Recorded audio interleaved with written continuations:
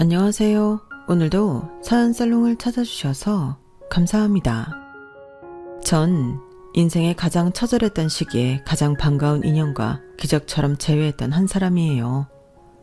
불과 1, 2년 전만 해도 전 가정적인 남편과 착하고 바른 두 아들과 함께 살아가는 평범한 주부였어요. 매일 아침 남편 도시락을 싸주고 두 아들의 교복을 달아주는 게 일상인 그런 평범한 삶을 사는 주부 말이에요. 하지만 운명의 장난이라는 게 뭔지 한순간에 제 인생은 송두리째 벼랑 끝으로 몰리게 되었죠. 당시엔 삶이 버거울 만큼 힘들었지만 지푸라기라도 어떻게든 잡고 버티니 말도 안 되는 기적 같은 일이 벌어지더군요. 평소 많은 위로를 받는 사연살롱에 그간 제 이야기를 들려드리고 싶어요. 저희 남편은 자신의 이름을 건 인테리어 회사를 운영하던 사람이었어요.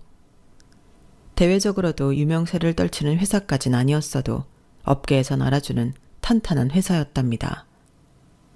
신혼 초에는 작은 작업실에서 친구와 함께 낮이며 밤이며 톱질을 하거나 인부들을 구하러 뛰어다녔었지만 세월이 지나면서 직원도 10명이 넘는 어엿한 회사가 되었죠. 건실하게 사업체를 운영하는 남편 덕에 저도 재벌집 만화님까진 아니었지만 그래도 사모님 소리를 들으며 살 수 있었어요. 아이들도 부족함 없이 키워낼 수가 있었고요. 마냥 평탄했던 제 삶을 누군가가 시기라도 한 것일까요? 어느 평범했던 오후, 저는 갑자기 청정병역과 같은 소식을 듣게 되었어요. 아직도 기억이 나는 것은 그날은 남편이 며칠 전 먹고 싶다고 했던 닭볶음탕을 만들기 위해 장을 보고 왔던 날이었는데요. 장바구니를 들고 집에 오자마자 전화가 오는 거였어요. 모르는 번호로요. 저는 스팸이면 바로 전화를 끌 생각으로 사실 별 생각 없이 전화를 받았죠. 그 전화 한 통으로 인생이 뒤집힐 줄도 모르고 말이에요. 여보세요? 여기 땡땡병원입니다. 박승현 씨 가족분 되십니까? 네? 네, 제가 와이프 되는 사람인데요. 무슨 일이시죠? 박승현 씨가 오늘 오후 1시경에 작업장에서 심장마비로 사망하셨습니다. 여기로 바로 와보셔야 할 것 같아요. 멀쩡하던 저희 남편이 쓰러졌다는 소식이었어요. 저는 머리가 순간 멍해지면서도 덜덜 떨리는 손으로 급하게 지갑 등 최소한의 짐만 챙겨 병원으로 향했습니다. 택시 안에서 제가 조금 전에 들은 통화 내용이 모두 거짓이길 얼마나 기도했는지 몰라요. 하지만 병원에서 마주한 건 싸늘한 모습이 된 남편이었고 전 그 앞에서 와르르 무너질 수밖에 없었습니다. 여보, 이게 무슨 일이야. 오늘 아침만 해도 평소처럼 장난치면서 출근한 사람이 갑자기 이렇게 가버리면 어떡해. 저기요, 심장마비라뇨. 갑자기 이런 경우가 있나요? 안타깝지만 남편분 나이에는 극심한 스트레스를 겪거나 하면 이런 일이 종종 발생하곤 합니다. 작업실에서 쓰러지자마자 동료분이 신고해 바로 구급차가 출동했지만 도착했을 때는 이미 늦은 상황이었어요. 저희가 오시기 전까지 살펴봤을 땐 별다른 이상한 점은 없었습니다. 죄송합니다. 극심한 스트레스라뇨. 우리 남편은 그런 거 없어요. 항상 여유가 넘치고 장난기도 많은 사람이란 말이에요. 갑자기 이럴 리가 없다니까요. 죄송합니다. 더 이상 해드릴 수 있는 말이 없네요. 의사의 그 말을 끝으로 저는 끝없는 슬픔과 절망감에 빠져 정신을 차릴 수가 없었습니다. 그 이후의 일들은 지금 잘 기억이 나지 않는 것 같아요. 병원 관계자분이 와서 사인하라는 종이에 전부 사인을 했고 정신없이 목 놓아 울었다가 누군가의 안내로 장례식장까지 도착을 했던 것 같습니다. 그리고 그제서야 두 아들도 연락을 받아 병원에 도착을 했고요. 저희 세 사람은 서로를 부둥켜 안고 얼마나 울었는지 몰라요. 아무런 예고도 없이 어느 날 갑자기 남편을 떠나보낸 저희는 장례식이 모두 끝난 뒤에도 한동안 일상으로 돌아오기 힘들어했죠. 한 일주일쯤 지났을까요? 힘없이 아이들 등교를 도와주면서 문득 훤칠하게 큰 줄 알았던 저희 아이들이 한없이 작아진 것 같더군요. 두 아이 모두 전과 달리 생기가 하나도 없었어요. 그 모습에 저는 불현듯 번쩍 정신이 들었죠. 고등학생, 중학생인 아이들이 좀처럼 마음을 다잡지 못하니 저라도 정신 차려야겠다는 생각이 들더군요. 이젠 제가 이 집안의 가장이었으니까요. 그런데 야속하게도 저희 가족에겐 또 다른 재앙이 찾아오고 말았어요. 남편이 세상을 떠난 지 고작 열흘밖에 되지 않았을 때 집으로 빚쟁이들이 찾아오기 시작한 겁니다. 생전에 남편에게는 아무런 얘기도 들은 바가 없기 때문에 저희는 그저 속수무책으로 당할 수밖에 없었어요. 여기가 박승현 사장 집이죠? 네, 그런데요. 누구시죠? 돈 받으러 왔수다. 박승현이가 이렇게 한순간에 가버려서 내가 지금 얼마나 난처한지 알아요? 네? 빚이라뇨? 저희 남편한테요? 이 집 경매로 팔리기 전에 현금이라도 받으러 왔으니 얼른 좀 주세요. 3천만 원이올시다. 네? 3천만 원이요? 그 큰 돈이 제가 어딨어요? 왜 없어요?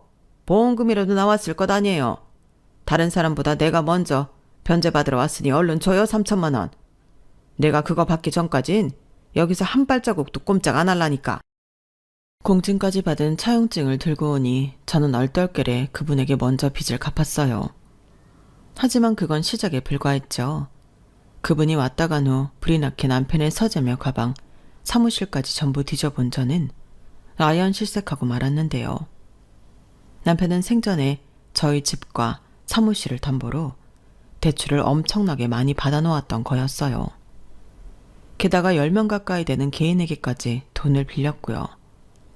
당장은 유일하게 경제활동을 하던 남편이 사라졌으니 집까지 찾아왔던 빚쟁이의 말처럼 저희 집은 꼼짝없이 경매로 팔릴 위기였습니다.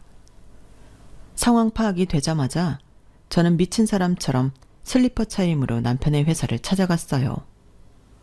사업 초창기 때부터 남편과 함께 일을 해왔던 남편의 절친인 장원석 사장을 만나기 위해서였죠. 저녁 늦은 시간이었지만 여전히 남아서 일을 하고 있는 몇몇 직원들이 보였고 사장실엔 아니나 다를까 장 사장이 있더군요. 저는 직원들의 놀란 시선을 한몸에 받으며 곧장 사장실로 가 문을 벌컥 열었습니다. 통화 중이던 장 사장은 절 보더니 놀란 눈을 하고 급하게 전화를 끊었어요. 재수씨, 무슨 일이에요, 이 시간에? 갑자기.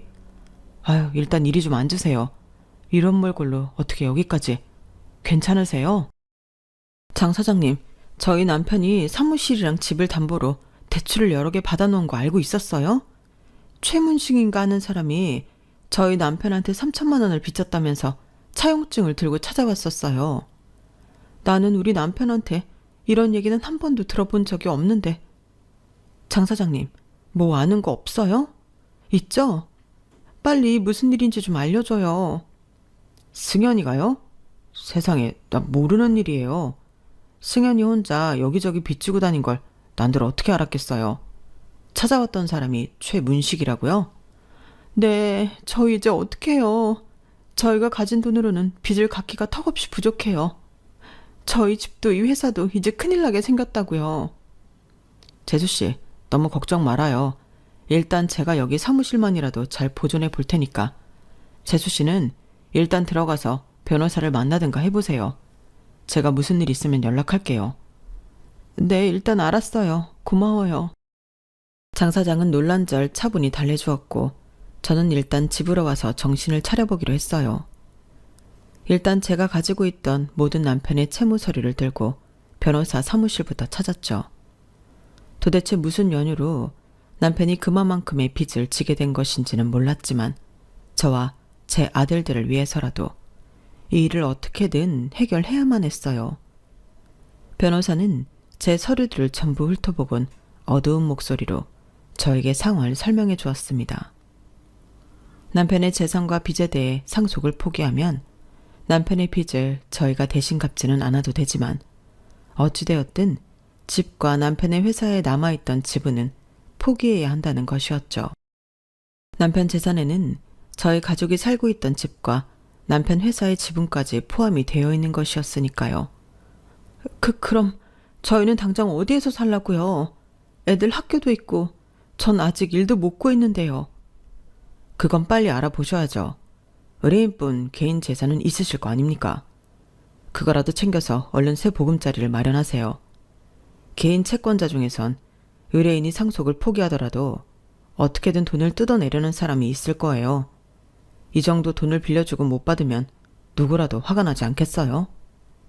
그런 사람들 상대하는 거 남자도 쉽지 않은 일이에요. 아이들이랑 같이 욕 보시기 전에 얼른 집부터 옮기세요.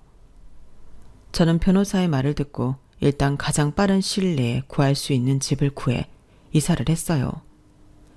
그 사이 몇몇 빚쟁이가 더 찾아왔지만 저희는 그때마다 변호사가 알려준 대로 집에 없는 척을 하거나 다른 곳으로 피해 있었죠.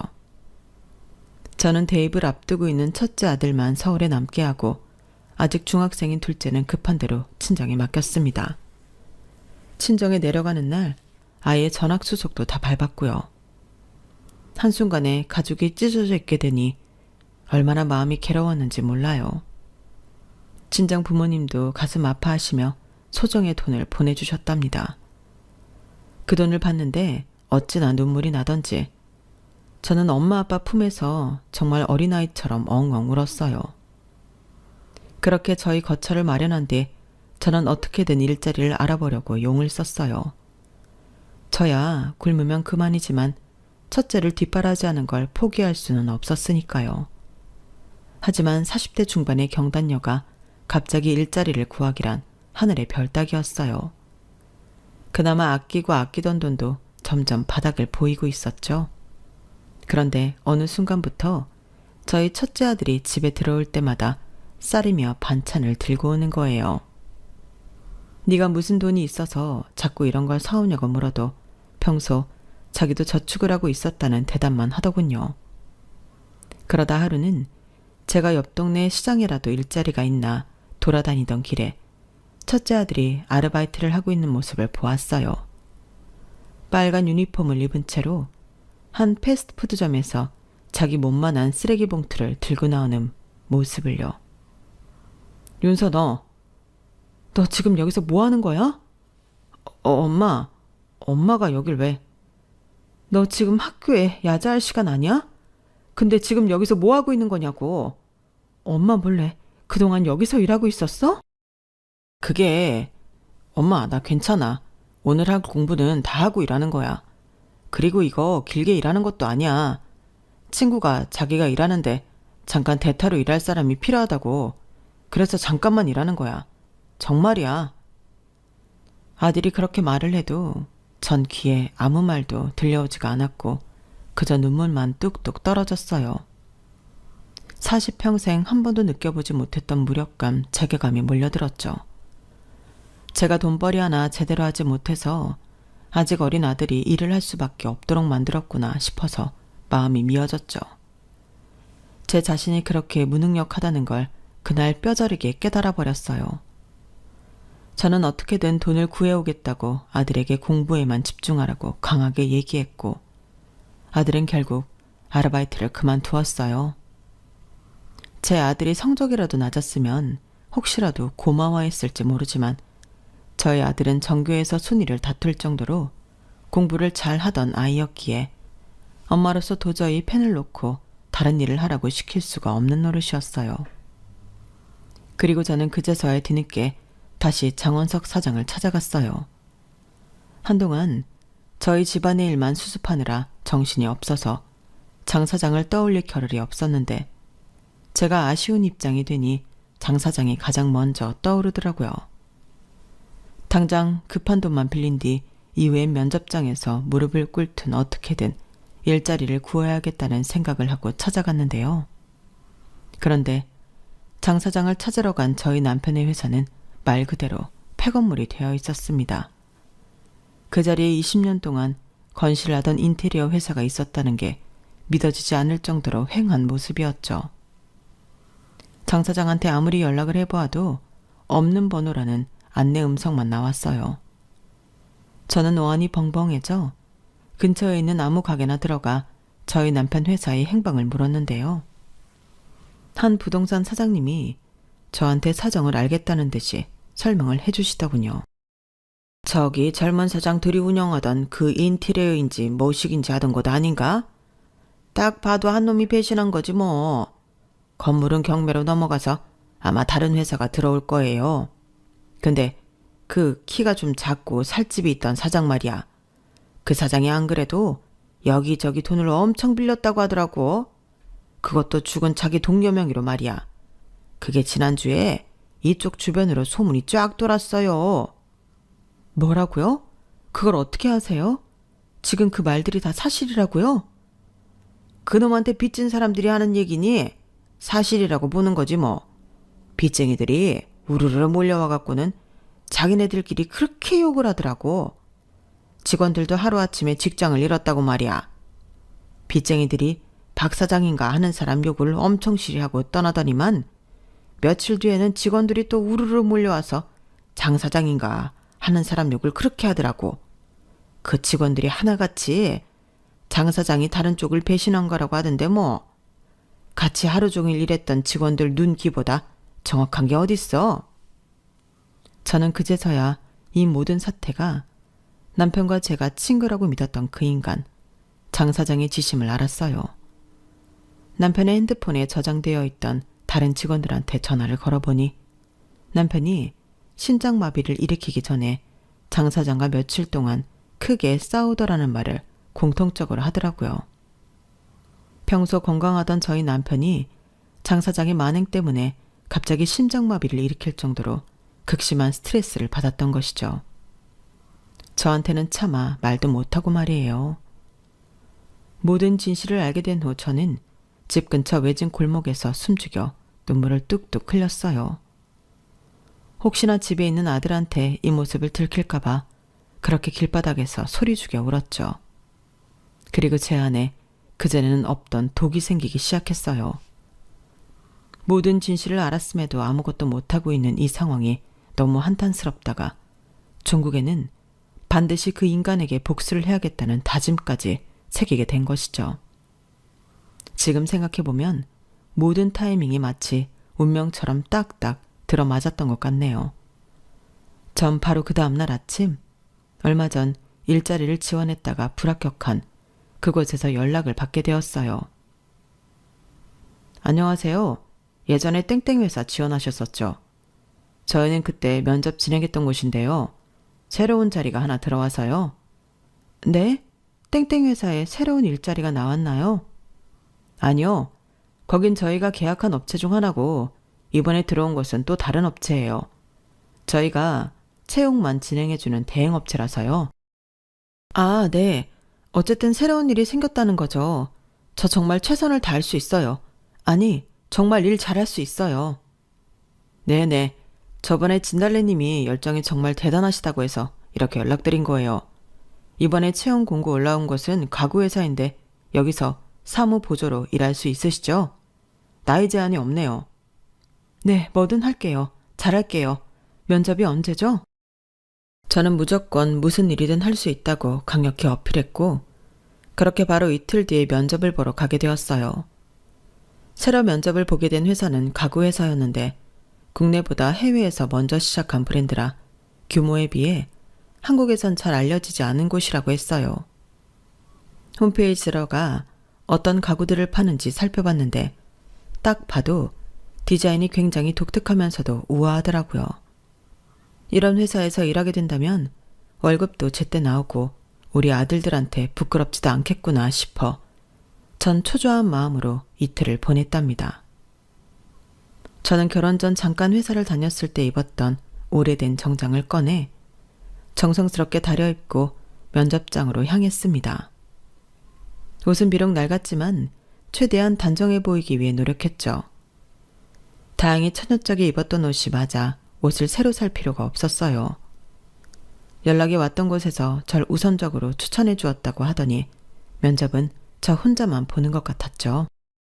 젊은 직원의 안내를 받아 작은 회의실 같은 곳에 앉아 있었더니 과장급으로 보이는 직원과 신입사원처럼 보이는 젊은 직원 2명이 들어오더군요. 안녕하세요. 오늘 면접 보기로 하신 분 맞죠? 네, 안녕하세요. 진달래라고 합니다. 잘 부탁드립니다. 전 똑부러진 말투로 인사를 하곤 자리에 앉았어요. 아니, 앉으려고 했죠. 면접관 중 나이가 있어 보이는 직원이 제 이름을 듣자마자 눈을 동그랗게 뜨고 절 쳐다보며 뭐라고요? 하고 큰 소리로 놀라기 전까지는요. 성함이 진달래시라고요? 아, 네, 맞습니다. 이름이 좀 특이하죠? 혹시 고향이 어디세요? 제 고향이요? 충청도예요. 충남 보령 맞나요? 어떻게 아셨어요? 절 아세요? 면접관은 놀란 눈으로 절 쳐다보았고 아직 저희가 있던 회의실 문이 완전히 닫히지 않아서인지 밖에 있던 직원들도 파티션 너머로 고개를 빼꼼하고 이쪽으로 쳐다보았어요. 순식간에 사무실에서는 헐, 이름이 진달래래. 설마 그 진달래? 에이, 설마. 근데 고향도 같대잖아 지금. 하는 소리들이 들려오며 소란스러워졌죠. 저는 어안이 벙벙해졌답니다. 그 소란한 속에서 면접관은 같이 면접을 보러 온 젊은 직원에게 이런 일이 있었음 진작 나한테 얘기를 했었어야지 라고 작게 타박을 주며 어디론가 전화를 걸며 회의실을 나갔어요. 회장님, 지금 3층으로 잠깐 내려와 주셔야 할 것 같습니다. 그게 아니라 저는 회의실에 덩그러니 남겨진 채 도대체 이게 다 무슨 일인지 혼란스러워하고 있었죠. 약 10분쯤 시간이 흘렀을까요? 회의실 문이 열리고 갑자기 누군가 제 이름을 부르며 등장했어요. 달래야, 나야 도희. 뭐 도희? 설마 중학교 때 그 김도희? 그래, 내가 너 이름 듣고 설마 했는데 이력서에 적힌 생년월일이랑 중학교 이름 보고 얼마나 놀랐는 줄 알아? 제가 마주한 건 제 옛날 중학교 동창이었던 도희였어요. 도희와 저는 약 1년 남짓하게 친하게 지내다가 도희의 가정사로 인해 멀어졌던 사이였죠.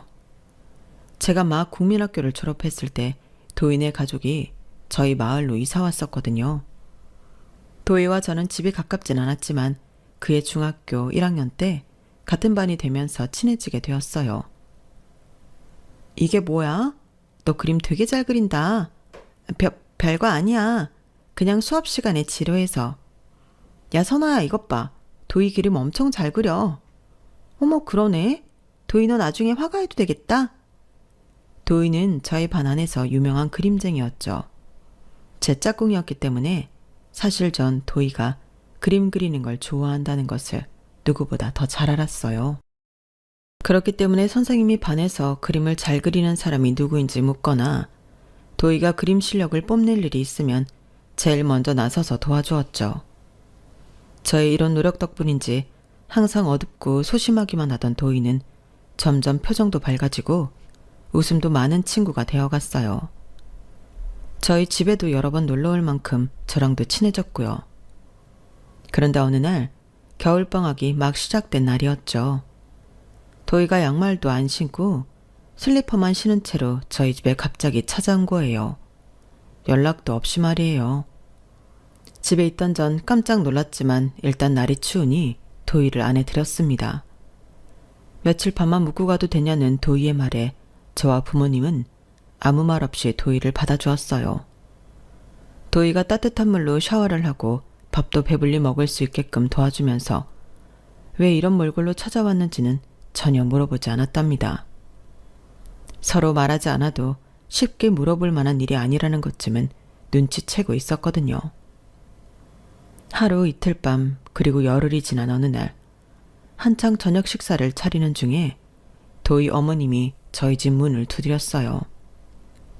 저희 엄마랑 제가 문을 열었다가 도희 어머님의 처참한 모습에 깜짝 놀랐던 기억이 있네요. 저희는 도희 어머님께도 똑같이 따뜻한 물로 샤워를 하시게끔 도와드렸고 저녁 식사도 함께 했습니다. 도희 어머니는 눈물을 뚝뚝 흘리면서 저희 가족한테 연신 고맙다고 허리를 숙이셨어요. 정말 고맙습니다. 저희가 갚지 못할 신세를 졌네요. 달래 어머님 아버님은 제 딸과 저의 생명의 은인이세요. 정말 감사합니다. 아니에요.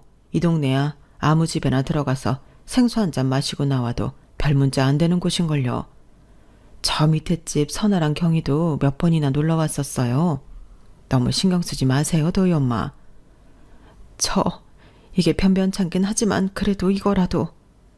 도희 어머님이 앙상한 손으로 작은 돼지 저금통을 꺼내자 저희 엄마는 크게 손사리를 치며 말했어요. 아우, 됐어요. 얼른 도로 넣어요, 도희 엄마. 저희한테 고마우면 그만큼 도희라도 잘 챙겨줘요. 내 말이 무슨 말인지 알았죠? 애기 엄마가 이렇게 마음이 어려서 쓰나. 앞으로는 도움받는 거 일일이 다 무리해서 갚지 말고 무조건 도희 챙기고 본인 몸 챙기는 데 쓰셔야 해요. 그 말에 도희 어머니는 한동안 저희 엄마 품에서 눈물을 쏟다가 도희 손을 잡고 떠나셨어요. 도희랑 저도 본능적으로 그 순간이 서로의 마지막이라는 것을 알았기에 서로 부둥켜 안고 한동안 눈물을 흘렸죠. 그게 제가 기억하는 도희와의 마지막 추억이었어요. 그 이후로 도희나 도희 어머님의 소식은 전혀 못 듣고 살아왔던 거죠. 그런데 이렇게 30년이나 지난 후에 기적처럼 다시 만나다니요. 도희는 저를 얼싸안으며 눈물이 그렁그렁 맺혔고 저 역시 가슴이 뭉클해져 왔어요. 그리고 저희는 그 건물의 가장 꼭대기층에 위치한 도희의 사무실로 가서 그간의 이야기들을 나누게 되었죠. 그동안 어떻게 지낸 거야? 어느 날 갑자기 네가 사라져서 나도 우리 반 친구들도 걱정 많이 했어. 어머니는 잘 계셔? 엄마는 4년 전에 대장암으로 돌아가셨어. 너 봤으면 엄청 기뻐하셨을 텐데. 아마 지금쯤 하늘에서 손뼉 치시면서 좋아하고 계실 거야. 어머, 그랬구나. 인사드렸으면 참 좋았을 텐데. 괜찮아. 우리 엄마 하늘나라 가시기 전에 보고 싶은 곳, 먹고 싶은 음식 전부 경험하고 가셨어.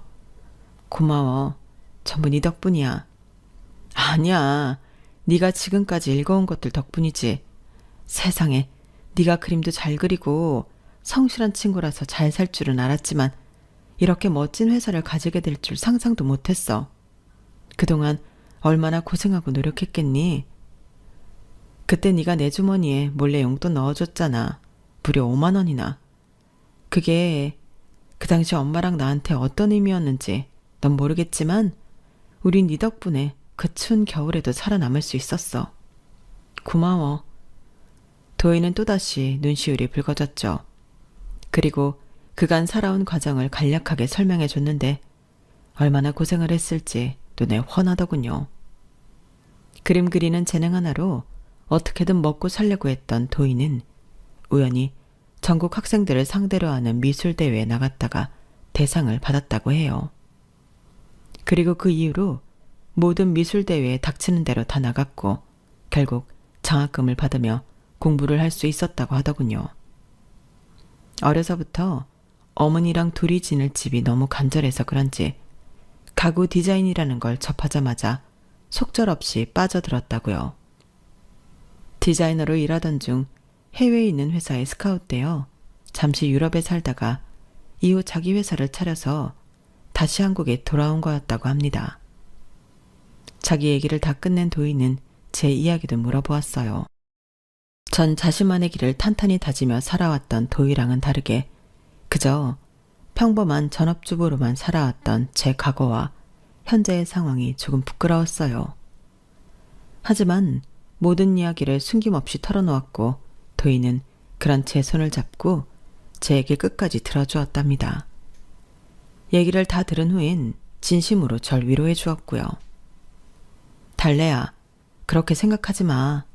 아기를 품고 남을 헤아려고 한 사람이 잘못된 거지. 그저 주어진 삶에 충실하게 살아온 네가 잘못한 게 아니야. 나는 성공해야만 하는 환경이었기에 그렇게 살아왔던 거고 넌 너희 남편과 아이들에게 최고의 아내이자 엄마가 돼줬잖아. 이제 앞으로 우리 회사에서 일하면서 아들 뒷바라지도 해주고 공부도 원 없이 시켜. 알았지? 알았어. 고마워 도희야. 뭘 이 정도 가지고. 넌 내 생명의 은인인걸. 게다가 난 네가 아니었다면 그림에 재능이 있다는 사실을 평생 몰랐을 거야. 오히려 내가 너한테 고마운 거 투성이야. 도희는 절 따뜻하게 위로해준 뒤 바로 그 다음 주부터 사무실로 출근해 일하게끔 해주었어요. 전 도희가 마련해준 자리에서 누구보다 열심히 일했죠. 비록 머리가 굳어 젊은 사람보다 일을 빨리 배우지는 못할지언정 한번 배운 건 절대 까먹지 말아야겠다는 생각으로요. 근무 시간을 초과해서라도 그날 처리할 일은 전부 2번, 3번 확인하며 처리하고 갔고, 저의 이러한 노력에 다른 직원들도 다행히 절 좋게 봐주었어요. 약 1달쯤 지났을 무렵 도희가 퇴근하는 저에게 연락을 해왔어요. 달래야, 내일 너희 아들 성적표 좀 다 들고 올래? 회사에? 토요일에. 회사로 불러내서 미안한데 여기서 처리해야 하는 일이라서 너희 아들도 같이 와. 갑자기 도희가 저희 아들을 부르다니 무슨 일인지 궁금했지만 도희는 그렇게만 얘기하고 내일 보자며 전화를 끊었어요. 다음날 전 아들과 같이 그동안 받았던 성적표를 모두 들고 회사로 향했습니다. 화장실로 올라가니 도희는 나이가 지긋하신 어떤 신사분이랑 함께 저희 2 사람을 맞이해 주었어요. 어서 와. 안녕. 네가 윤서구나. 인사해. 여긴 내 옛날 후원자셨던 신 교수님이셔. 안녕하세요, 교수님. 김 회장한테 얘기 들었어요. 여기 이 친구가 재능이 넘치는데 그걸 펼칠 환경이 못 된다고요. 그 옛날 내가 김 회장을 후원했던 것처럼 이 아이를 후원할까 해서 보자고 했습니다. 네? 뭐라고요? 그렇게만 해주신다면 정말 감사합니다. 감사합니다, 교수님. 예상치도 못했던 상황에 저와 아들은 깜짝 놀랄 수밖에 없었죠.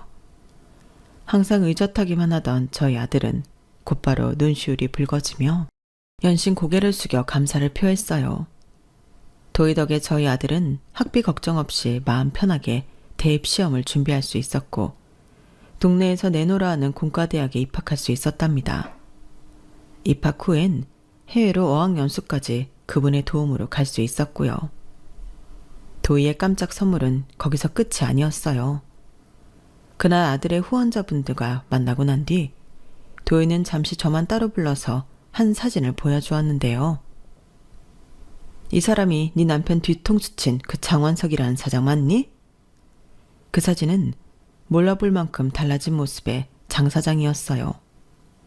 수더분하고 푸근했던 장 사장은 어디로 가고 살은 쪽 빠진 채 기름기 잘잘 흐르는 모습의 장 사장이었죠. 도희는 장 사장이 바뀐 이름과 현재 주소, 핸드폰 번호가 적힌 서류 뭉치를 저에게 건네주며 어떻게 할 건지 물어봤어요. 나야, 너라는 귀인을 만나서 광명을 찾았지만 그렇지 못한 사람들이 많아. 그 사람들한테 전부 알려줘야겠어. 정말 그걸로 충분하겠어? 충분해. 그 인간이 자기가 피해를 입혔던 사람들에게 혼쭐이 나서 벌벌 기는 꼴만 봐도 속이 후련할 것 같아. 도희는 저의 계획을 진심으로 응원해 주었고 도움이 필요하면 언제든지 말하라고 해주었어요. 저는 그날 바로 남편의 전 회사 사람들, 빚쟁이들한테 직접 연락을 걸었습니다. 당신들을 하루아침에 길거리에 나앉게 한 그 장본인, 사기를 치고 거액의 돈을 뜯어간 사람을 찾았다고요. 그동안은 저도 빚쟁이들한테 들킬까 숨어 있었지만 제가 직접 먼저 연락을 하니 다들 제 계획에 동조해 주었어요. 어쩐지 그러면 이제 납득이 가네요. 박 사장이 전혀 그럴 사람이 아닌데 말이야. 이런 얘기를 진작에 좀 말해주지 그랬어요. 장 사장 그 땅딸막이 하나 손해보는 건 아무 일도 아닌데. 죄송해요. 저도 하루아침에 형편이 달라지고 적응하느라 그동안 정신이 없었어요. 내일 당장 그 사기꾼 새끼 손보러 갑시다. 차 없으면 태워줄 테니 사모님도 같이 와요. 한순간에 장 사장에게 원한을 산 사람들이 모여들었고 그 수가 자그마치 23명이나 되었어요. 저희는 그 다음날 바로 도희가 알려준 주소로 향했고 거기서 온갖 금부치를 치렁치렁 걸치고 있는 장 사장을 만날 수 있었답니다. 장 사장은 저희를 보고 저승사자라도 본 듯이 얼굴이 새파랗게 질려서는 바들바들 떨기 시작했어요. 당신들 뭐야? 여긴 어떻게 찾아온 거야? 나가. 여기 내 집이야. 안 나가면, 경찰 부를 거야, 경찰. 남의 땅에 함부로 들어오는 게, 이게 다 불법이라고. 잠깐만. 불법? 그럼 네가 우리한테 한 짓은 다 법이었냐? 이 쥐새끼 같은 놈. 내가 너 때문에 손해본 돈이 얼마인지 알아? 웃기고 자빠졌네. 이거나 처먹어라. 너 때문에 내가 하루아침에 일자리를 잃었다고. 우리 애가 이제 막 돌도 안 지났는데 너 때문에 한동안 기저귀 값도 제대로 못 벌어. 알아? 너 주려고 내가 특별히 싸왔다. 우리 애 똥이나 먹어라. 똥기저귀를 뒤집어 쓰고 맞고 물벼락을 맞는 등 장 사장은 자기가 저지른 잘못에 대한 업보를 한꺼번에 받느라 만신창이가 되었어요. 사람들은 돌아가면서 장 사장을 괴롭히고 또 장 사장 집에 있는 돈이 될 만한 물건들을 챙겼습니다. 저도 몇 개 챙겼네요. 더러운 장 사장 몸에 손을 대진 않았지만요. 장 사장은 사람들의 살기라도 느낀 것인지 많은 사람들 속에서 용케도 절 찾아내곤 애타게 절 부르기 시작했어요. 재수씨, 재수씨, 이 사람들 좀 말려줘요. 재수씨는 이런 사람 아니잖아. 아우, 나 죽네. 얼른 좀 말려줘요. 기가 차네 정말. 내가 부른 거거든요, 이 사람들. 뭐라고요? 재수씨가 어떻게?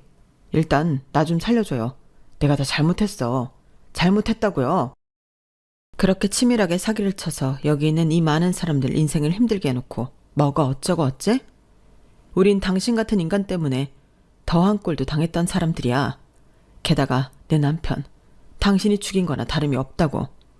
너 같은 사기꾼 새끼 때문에.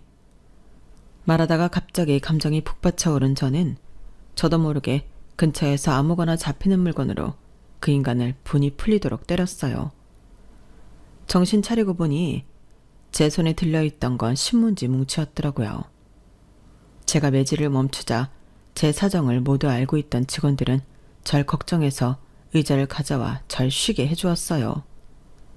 그리고 잠시 뒤 저희는 각자 알아서 그 인간의 물건들을 챙긴 뒤 그곳을 떠났답니다. 챙긴 것들이 그 인간 때문에 피해 입었던 걸 메꾸기엔 말도 안 되게 모자랐지만 그래도 각자 분을 풀 수 있었으니 그걸로 만족했어요. 그리고 사람들은 그 사기꾼의 위치를 알아낸 저에게 저마다 감사 표시를 해주기도 했죠. 저도 그 덕에 조금 더 마음의 위안을 얻을 수 있었던 것 같네요. 모든 일들이 마무리되고 전 아무 일 없었다는 듯이 다시 출근을 해 전처럼 열심히 일을 하며 하루하루를 보냈답니다. 이젠 다달이 직장인 월급을 받으며 서울 살림도 열심히 꾸리고 친정에 있는 가족들에게도 돈을 붙일 수 있게 되었어요. 그리고 회장과 직원 사이가 되었어도 도희는 어쩌다 한 번씩 시간을 내 저와 식사도 하고 커피도 마시는 등 즐거운 시간을 보냈어요. 30년이라는 세월을 떨어져 있다가 만났는데도 도희와 전 엊그제까지 같은 반에서 놀던 것처럼 얘기가 잘 맞았죠. 아마 제가 느끼지 못하는 부분까지 도희가 배려해주기 때문이 아닐까 싶어요. 아니 근데 나 전부터 궁금한 거 있었잖아. 왜? 뭔데? 내가 내 숨겨진 이복 동생도 아니고 사생아도 아닌데 어떻게 직원들이 나를 다 알고 있었던 거야? 이걸 내 입으로 어린 직원들한테 물어보기도 어렵고 문득 한 번씩 생각나더라고. 왜 다들 내 이름만 보고 알아봤지? 하고. 아, 내가 회식 자리에서 술 먹고 자주 얘기를 했대. 내가 옛날에 고생했던 거, 그때 누구한테 도움을 받았는지, 누구한테 빚을 졌는지 뭐 그런 거? 근데 네 이름이 너무 특이해서 직원들이 다 외우고 있었던 거지. 술 먹고 취해서 자기 고생한 얘기를 직원들 앞에서. 너 정말 회장님 같다. 그래, 나 꼰대다. 됐냐? 도희와 저는 그간 오래 못 보았던 중학교 동창들도 다시 만나면서 즐거운 시간을 보냈어요. 그리고 도희 덕분에 저희 아들들은 이제 어려움 없이 학업에 매진할 수도 있게 되었죠. 그리고 저도 예전처럼 사모님 소리를 듣진 않아도 제 힘으로 두 아이들을 책임지고 있다는 사실이 너무나 감사하고 보람찹니다. 하늘에서 저희 남편 역시 제가 이렇게 씩씩하게 아이들을 키우는 모습을 흐뭇해하며 지켜보고 있을 거라고 생각해요. 남편의 억울함을 전부 풀어준 것도 고마워할 거고요. 그간의 일들을 열심히 적어내면서 저는 이 세상은 결국 선한 사람들이 이긴다는 걸 다시 한번 깨달은 것 같아요. 도이도 저도 인생에 닥쳐온 커다란 시련과 고통을 그저 악한 사람들처럼 장꾀를 부리거나 남에게 피해를 주면서 벗어나려고 했다면 나중에 더 큰 벌을 받았을지도 몰라요.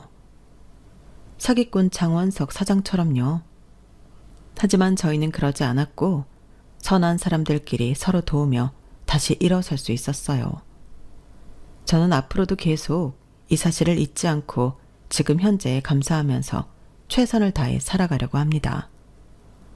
혹여라도 나중에 또다시 삶에 고난이 찾아와도 저의 선한 마음이 흔들리지 않도록 할 거예요.